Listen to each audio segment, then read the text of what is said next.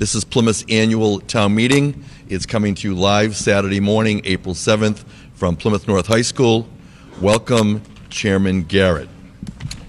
Thank you, Mr. Moderator, state delegation, town officials, and town meeting members. Before anybody comments, yes, they made me wear a sports jacket. I'm going to speak a little bit about what's been happening with the planning board over the past year, some of which will be updates on things I've said before. Obviously, with the economy, the number of filings made on special permits and variances has been down. However, we have been dealing with a new segment of land use in the alternative energy land use for wind turbines and for solar farms. I want to speak briefly on the latter. This area, alternative energy, is a rapidly changing, ever increasing discipline that we have to deal with. The town committed to forming a bylaw several years back to attain green community status. We have to be vigilant in making sure that that bylaw evolves as the technology evolves and not necessarily evolve as the emotional innuendo evolves. Facts are facts, and that's what we have to base our bylaw on. And it turns out that when the filings are made, the Planning Board and the Zoning Board of Appeals have only one choice: to evaluate projects against the bylaw of the day, approved and authorized by this town meeting. Now, while we've had less filings over the year, we haven't been sitting on our hands. We have worked on a couple of initiatives. The first initiative being to develop site design standards and zoning amendments for commercial development. We've been working on this, and you've heard about this from me briefly over the past year and a half. And we are at a point now where we are going, these bylaws and these amendments and the guidance document has been limitedly vetted through certain professionals in and out of this community, inclusive of Jordan Hospital under the Healthy Community Initiative that the Board of Selectmen, Planning Board, and School Committee authorized several months ago. So we have initial comments from them. On April 23rd, the Planning Board will be holding a public hearing at our regularly scheduled meeting to discuss this. Hopefully, we'll be able to bring this forth to the fall 2012 town meeting for approval and endorsement.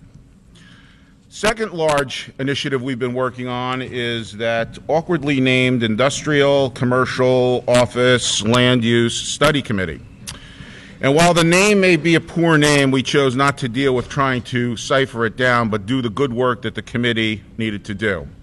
And what that committee has done has put forth a draft report that will be going. We will be holding two public hearings. The first one will be on Monday, April 30th. The second one will be on Wednesday, May 9th. April 30th will be at the Mayflower Room, and the 9th will be at the Little Theater in PCIS, in which we will send out notifications to town meeting members and other leaders of the community, and we will advertise for the general public to attend and comment on this. The Industrial Committee, as I'll call it, was a really rewarding experience. The committee was made up of diverse people, from business developers to open space people, town officials. We worked for 15 months, and we believe we have a very good document which does two things to evolve from what the PIDC did with the industrial park. The first initiative is to try to enhance our non-residential zoning in the community where we can. We've developed a quantifiable methodology for initial planning, and we hope that that is accepted by the community. The second thing it's done is it's looked at the zoning issues that we have currently in our bylaw and looking to expand the flexibility of our existing industrial and commercial zones. These two things should help to increase the percentage of non-residentially zoned land in the community. Currently, as a fact, 78% of our town is zoned residential right now. And The remaining 22% is divvied up to everything else. A small piece, that's open space and commercial industrial. Okay, we have to look at expanding the commercial industrial segment of that pie chart. Staff has been working diligently beyond the work of the planning board, currently updating the West Plymouth and the Manomet Village Steering Committees master plans. And staff has also been very helpful with the Industrial Committee in developing our report. Staff has completed, and this town meeting approved, the Aquifer Protection Bylaw. They are critiquing the current bylaw to see how it needs to evolve overall to meet the needs of the 21st century. Completed an initiative grant application for the Jordan Hospital Communities Initiatives. Initiated and coordinated a town-wide booth at the Building Expo, and has prepared estimates and contracts and bid documents for visitor service and community development. AD Makepeace has constructed River Runway as the first phase of their development. Obviously, the economics are hindering the speed with which that site develops. The Pine Hills continues to grow with additional commercial and residential development. Adding, as part of that growth, 91 apartment units in the Avalon Bay portion of the development. Speaking about planning, I can't avoid the subject of the courthouse. The courthouse, whether we like it or not, we own it, we have to do something with it. What concerns me about the courthouse is not what we're saying we want to do with it by various parties, and I think this speaks a little bit to Representative Coulter's comments, but in how we're speaking. This issue has been in front of us for 10 years. 5 of those years we've owned the facility. The preceding 5 years we argued whether we should buy it and why. We are still arguing over the same things that we were arguing over 10 years ago. We have to come together. 2020 is not far away. The original initiative in purchasing that site, as I recall, was to provide a base to bring people into the town to support our downtown businesses, as opposed to have it sit idle and have our downtown businesses endure the impacts caused by that idleness. Another issue we've been working on is the Hatfield and McCoy feud we have with our neighbors to the north, Kingston. We have currently an issue. I won't go into it because I'm sure most of you know about it. There is a litigation on a commercial development right along the border.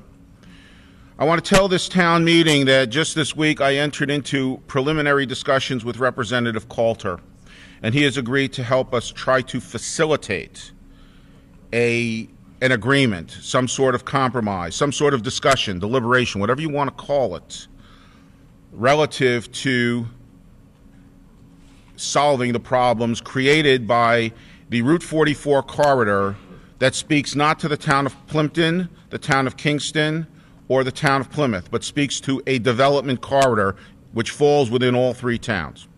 And I think we have to engage in those discussions. Just to go back on something relative to the courthouse. I'm sure we all have received a letter dated April 2nd in dealing with, I believe it's Article 23.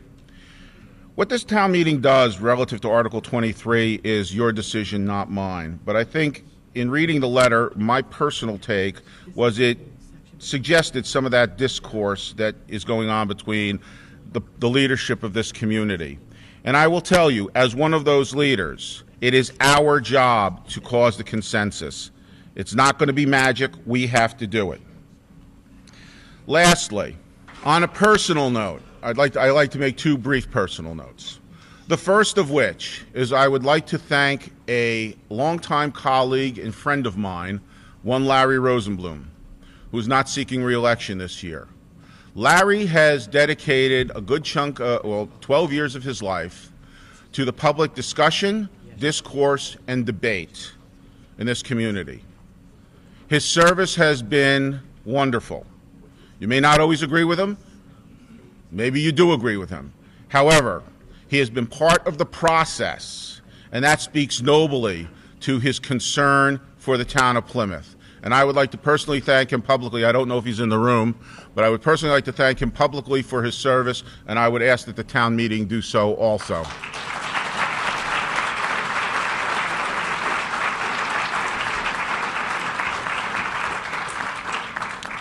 And my last personal note, I'm going to extend a hand to my colleague, friend, and neighbor, Bill Hallisey, Chairman of the Board of Selectmen. Bill also does not seek re-election. That does not diminish his service to this community. And I'm making this a personal note because Bill and I, and also Dennis Begley, the three chairs of your elected committees, your elected boards, agreed more than 2 years ago to sit down and have open communication between the boards, not on TV, not in the public domain, where we talked honestly, and yes, we agreed, and yes, we disagreed. You will be asked as a subsection of Article 12 of the special for charter revisions to make a decision on communication. I think it's a good idea. Why do I say that? Because we, without a mandate in the charter, have been doing that. And it has been tantamount to, I think, a success that we have seen, that we recently regained in this town with open dialogue. I thank Bill for that because he was a participant in that, and I would like you to thank him too.